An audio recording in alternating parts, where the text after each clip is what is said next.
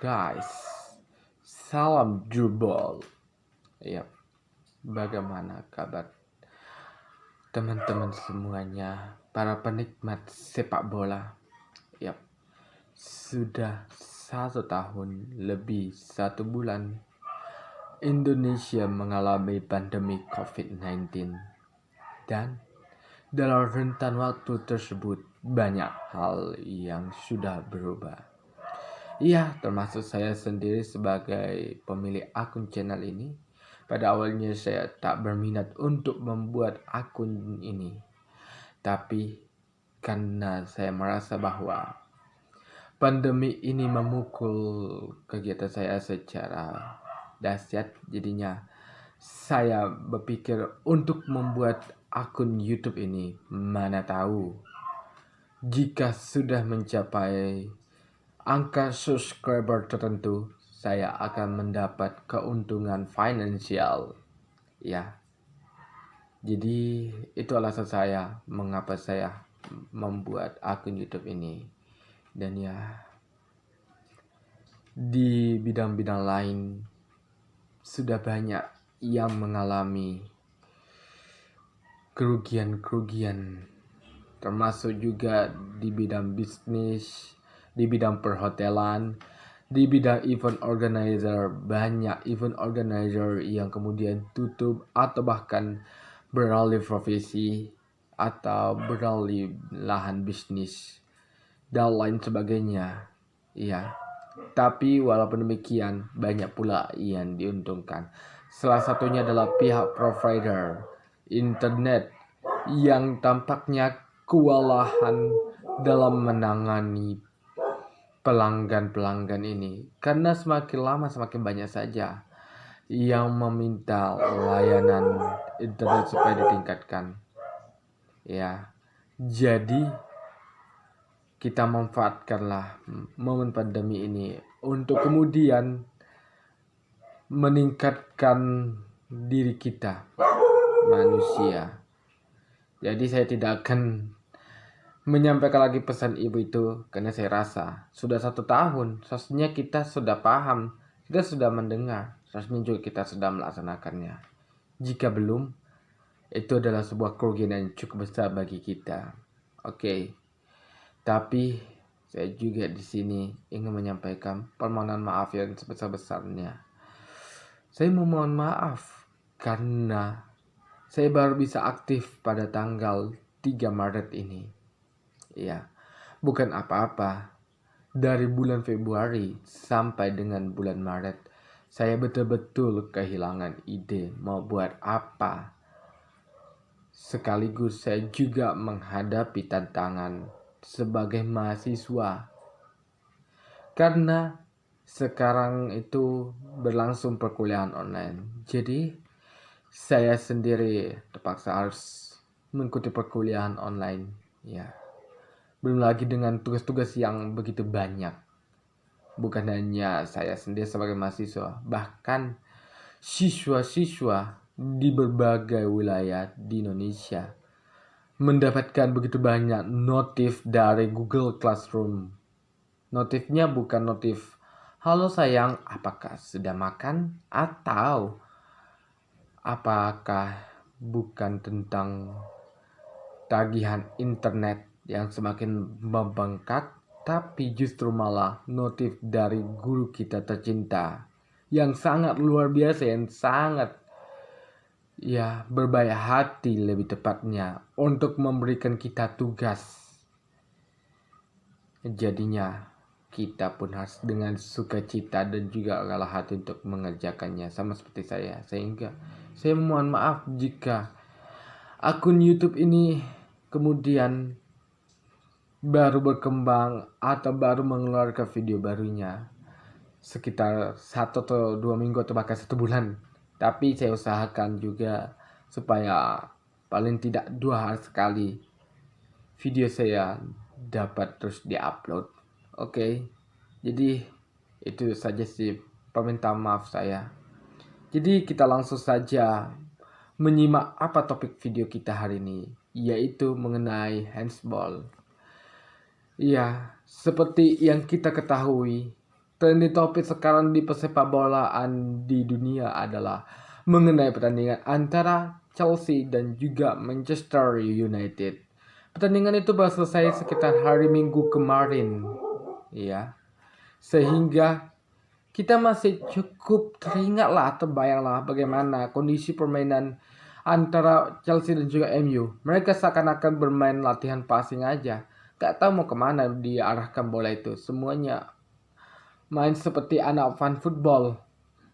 Ya, saya tak yakin juga sih melihat perkembangan Chelsea ini. Tapi saya harapkan semoga Chelsea ini di bawah asuhan Thomas Tuchel yang katanya dia mau memperbaiki aspek terpenting dari sepak bola, yaitu passing-passingnya. Semoga saja di bawah asuhan dari Thomas Tuchel passing-passing Chelsea mengalir dengan baik, ya, sehingga tak ada lagi keluhan dari pandit kita tercinta bahwa Chelsea itu nggak layak masuk zona UCL. Tapi saya tak akan membahas itu panjang lebar. Yang ingin saya lihat adalah ada satu momen antara pemain Chelsea, yaitu kalau tidak salah Callum Hudson-Odoi, yang kemudian melakukan sebuah insiden bersamaan dengan Mason Greenwood yang merupakan pemain MU. Keduanya tampak melakukan, lebih tepatnya, upaya handsball. Iya. Jadi si Mason Greenwood ini mendorong tangan dari si Callum Hudson-Odoi.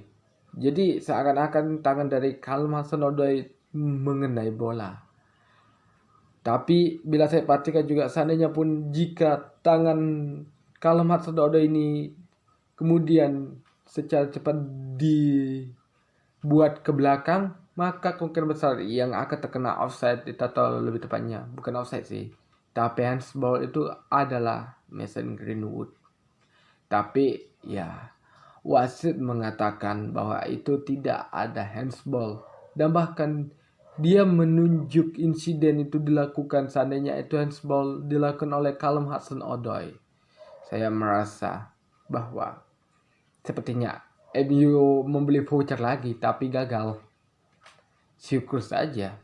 Kalau sempat voucher aktif, saya tak tahu bagaimana nasib penggemar Chelsea. Pasti marah sekali. Syukurlah.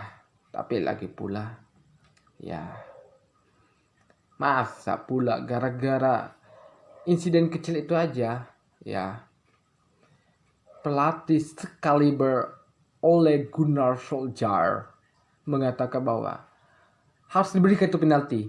Kalau tidak, kami seharusnya dapat 3 poin, tapi tak kenapa dapat 1 poin. Itu pula katanya. Ya. Tapi gak usahlah kita membahas itu. Yang ingin saya bahas adalah mengenai aturan dari handsball ini. Jadi secara sederhana, handsball itu adalah kondisi ketika pemain sepak bola melakukan upaya memegang bola, melakukan upaya untuk bersentuhan antara tangan dengan bola. Jadi di banyak kesempatan di dalam permainan sepak bola, memang kita sering juga melihat bahwa tidak hanya kaki yang kemudian berperan aktif di dalam permainan sepak bola, tapi juga anggota-anggota tubuh lainnya, seperti misalnya badan, terus juga kepala. Tapi sangat jarang atau bahkan tidak mungkin kita melihat seorang pemain dengan sengaja menggunakan tangannya, karena ini adalah anggota tubuh yang kemudian dilarang. Untuk seorang kiper itu diperbolehkan, tapi hanya sebatas di area kotak penalti saja. Nah, jadi apa ukurannya? Jadi ukuran untuk kemudian bagian anggota tubuh tangan itu untuk bisa dinyatakan handsball tuh di bagian jari-jari tangan ini sampai kepada lengan atas kita ini. Jadi di antara semuanya ini, jika salah satunya terkena bola, maka itu akan dinyatakan sebagai handsball. Tapi kita lihat dulu apa aja sih jenis handsball itu. Ya pertama tentu saja handsball tidak aktif. Maksudnya apa? Jadi handsball tidak aktif itu adalah handsball yang dilakukan tidak dengan sengaja. Dan ini biasanya sering terjadi ketika pemain melakukan atau membuat pagar betis. Seperti yang sering kita lihat kan, banyak sekali upaya tendangan bebas yang kemudian membentur pemain lawan. Nah, biasanya itu yang terkena itu kalau nggak salah badan, kepala, ataupun juga kaki. Tapi ada juga pemain yang meletakkan tangannya di depan, maaf cakap, kemaluan mereka. Nah, hal ini berpotensi kemudian untuk bisa menjadi sebuah handsball.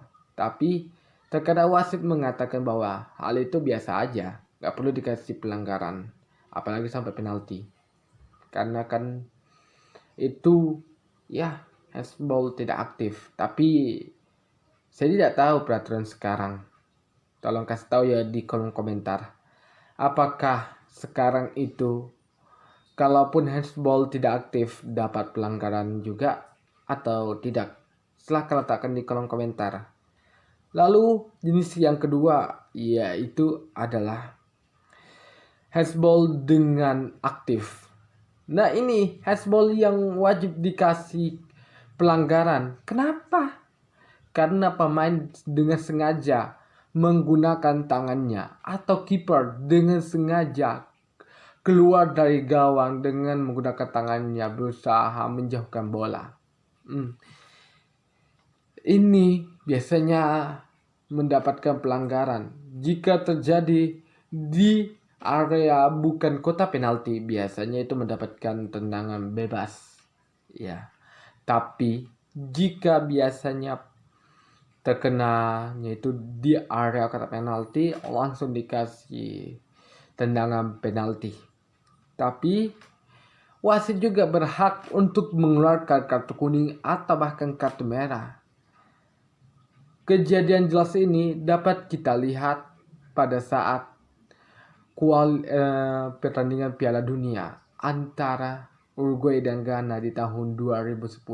Seperti yang kita tahu kan, kalau nggak salah di extra time salah satu pemain Ghana melakukan sundulan kalau tidak salah beberapa kali dan kemudian bisa saja masuk karena kiper saat itu tidak ada di dalam gawang karena sudah terjatuh dalam menyelamatkan bola.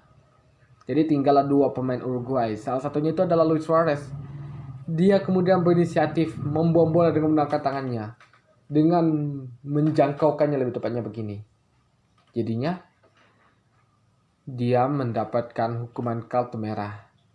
Tapi lucunya dan bahkan menurut saya sangat idiot sih pemain Ghana ini. Karena tekanan dari supporter juga Uruguay. Jadinya pemain Ghana ini nggak berhasil dia menendang ke arah gawang, melainkan ke arah mistar atas. Ya, itulah yang membuat Luis Suarez kemudian lebih terkenal lagi. Selain karena skillnya ya. Jadi itu saja sih mengenai aturan offside. Untuk kemudian pemain-pemain yang kemudian ketahuan melakukan hal tersebut, saya akan jabarkan sedikit. Yang pertama adalah Maradona. Kalau Maradona ini, selain karena skillnya yang luar biasa, selain juga karena kisah hidupnya yang kontroversial, ada satu hal yang selalu kita ingat. Kalau warga Argentina dan juga dunia menyebut Maradona lebih tepatnya sebagai gol tangan Tuhan. Jadi golnya itu memang menggunakan tangan. Tapi kalau rakyat Inggris bilangnya itu gol dari Maradona itu gol tangan iblis karena itu terjadi melawan Inggris. Dan ya pada saat itu kita bolehlah sedikit kemudian mengaitkannya dengan sejarah. Pada saat itu Argentina dan juga Inggris tengah berseteru dalam memperebutkan Kepulauan Falkland. Kemudian Inggris memenangkan itu. Tapi kalau di sepak bola Argentina yang memenangkan pertandingan itu. Pada saat itu memang masih rame-ramenya. Ini hanya out of topic saja ya, hanya fakta uniknya aja. Jadi rakyat Inggris pada saat itu sangat marah. Tapi itulah pemain pertama yang ketahuan, menurut saya pribadi ya, melakukan upaya handsball. Pemain kedua tadi si Suarez itu sendiri. Aneh-aneh aja Suarez ini. Lalu yang ketiga Messi. Lagi-lagi dari tanah Argentina. Setelah Maradona, bintang Argentina, the god of Argentina, yaitu Lionel Messi, melakukan hal sama. Dia pada saat itu berhadapan satu dengan kiper Kameni, kiper asal Getafe. Berhadapan 1-1, dia nggak sanggup kemudian menyentuh bola itu. Jadi dia arahkan dan menekan tangannya.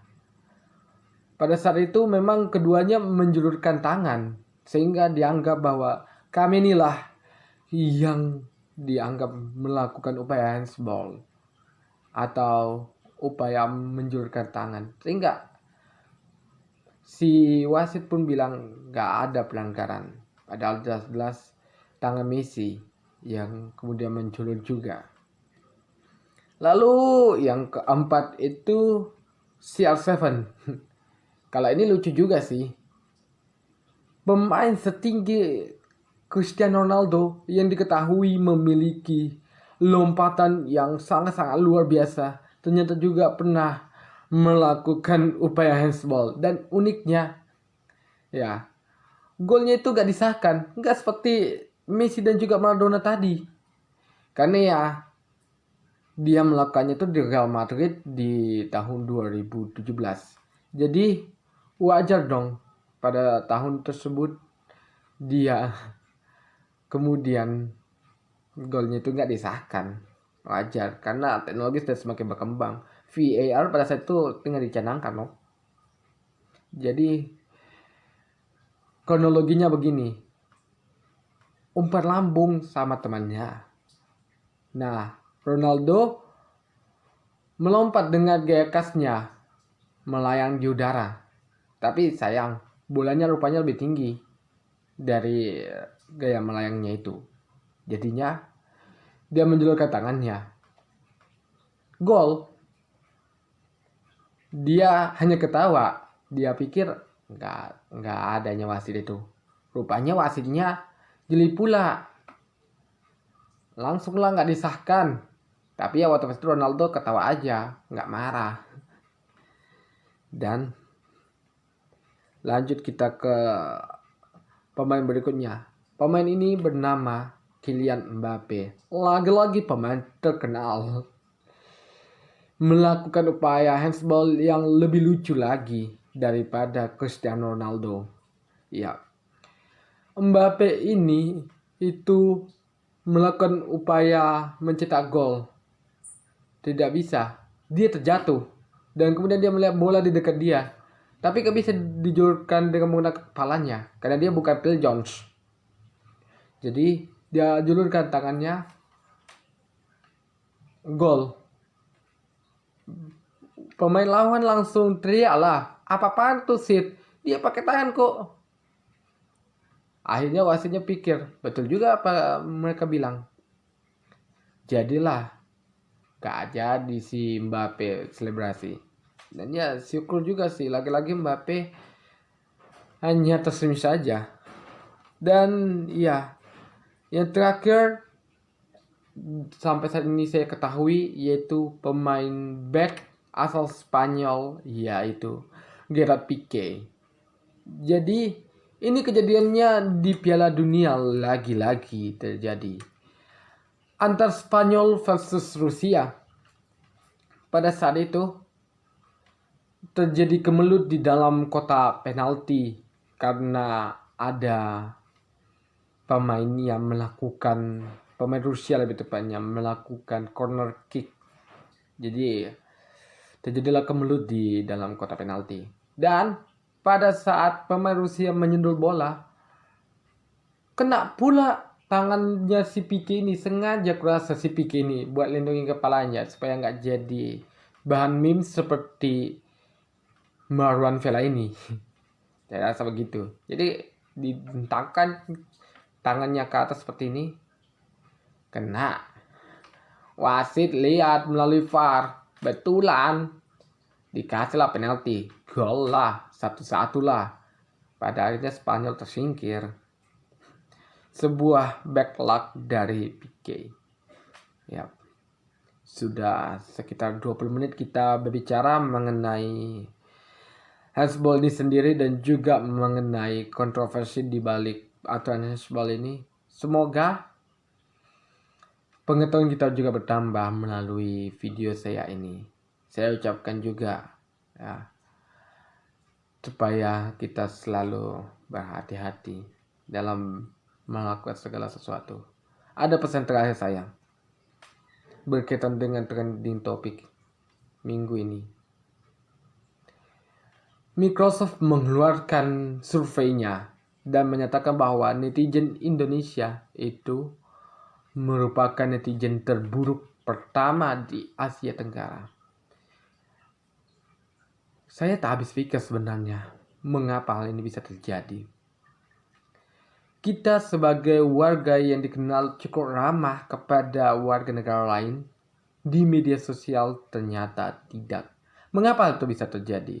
Saya harapkan semoga melalui survei ini kita nggak menjelek-jelekkan Microsoft ya. Kita nggak barbar. Kita lebih santuy. Ingat, santuy adalah jalan menuju kesuksesan. Kebarbaran adalah jalan menuju neraka. Salam Jurbol. Bye-bye.